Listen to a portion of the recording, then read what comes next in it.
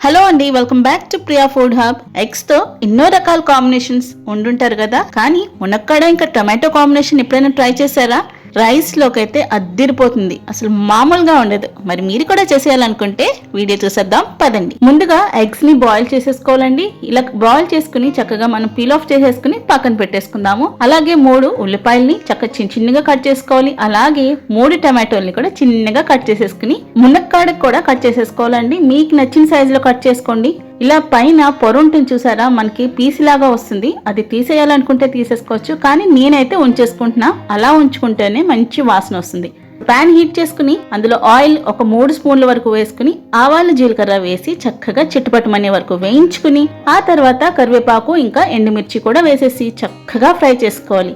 ఇప్పుడు ముందుగానే కట్ చేసుకున్న ఉల్లిపాయలు వేసేసుకుని బాగా వేగాలి కాబట్టి రుచికి సరిపడా సాల్ట్, కొద్దిగా పసుపు వేసేసుకుని చక్కగా ఫ్రై చేసేసుకోవాలి. హై ఫ్లేమ్ మీద ఒక 2 నిమిషాల పాటు ఫ్రై చేసుకున్న తర్వాత మంట సిమ్ కి అడ్జస్ట్ చేసుకుని మూత పెట్టేసి ఉల్లిపాయల్ని చక్కగా మగ్గనివ్వాలి. ఇలా సాఫ్ట్ గా అయ్యే వరకు అయిన తర్వాత ఒక 5 నిమిషాలు సరిపోతుంది. మునక్కాడలు కూడా వేసేసుకోవాలి. లో ఫ్లేమ్ లోనే మునక్కాడని కూడా చక్కగా మగ్గనివ్వాలి మూత పెట్టేసుకుని. మునక్కాడలు కొనుక్కునేటప్పుడు ఎప్పుడైనా ట్రయాంగిల్ షేప్ లో కాకుండా గుండ్రంగా ఉన్నవి తీసుకోండి. అయితేనే బాగా ఉడుకుతాయి, కూడా మంచి ఫ్లేవర్ లో ఉంటాయి. ఇప్పుడు మునక్కాడు కూడా 3 వంతులు మగ్గిపోయింది. నేను కట్ చేసుకున్న టమాటోల్ని ఇంకా చీల్చి పెట్టుకున్న 3 పచ్చిమిరపకాయలు వేసుకున్నా. కారాన్ని బట్టి మీరు ఎక్కువ తక్కువ చేసుకోవచ్చు. మనం ఉల్లిపాయలు టమాటోలు ఎక్కువ వేసుకున్నాం కాబట్టి పచ్చిమిరపకాయలు ఎక్కువ వేసుకుంటేనే బాగుంటుంది, తీపి రాకుండా ఉంటుంది. ఇప్పుడు చూసారా, టమాటోలు చక్కగా మగ్గి మంచిగా ఆయిల్ అంతా కూడా పైకి తేలింది. సరిపడా కారం వేసేసుకోవాలి. నేనైతే 1.5 స్పూన్ వేసుకున్నాను. అలాగే ధనియాల పొడి కూడా వేసుకుని చాలా తక్కువ నీళ్ళు వేసుకోవాలండి, ఎందుకంటే మనం ఆయిల్ లోనే చక్కగా మగ్గించేసుకున్నాం.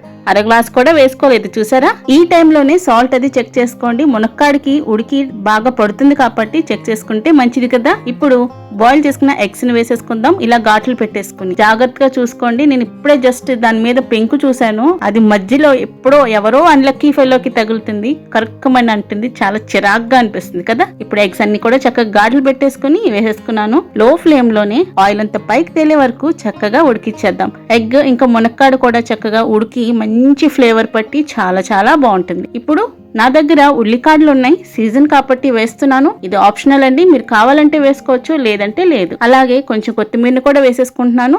బాగా కలిపేసి పులుసంతా కూడా ఎగిరిపోయి చక్కగా ఆయిల్ పైకి తేలే వరకు ఉడికించుకొని గ్యాస్ ఆఫ్ చేసుకోండి. మరి ఈ వీడియో మీకు నచ్చిందా? నచ్చితే తప్పకుండా లైక్ చేసి షేర్ చేసి నా ఛానల్ ని సబ్స్క్రైబ్ చేసుకోండి. మరిన్ని కొత్త రెసిపీస్ కోసం stay tune to Priya food hub.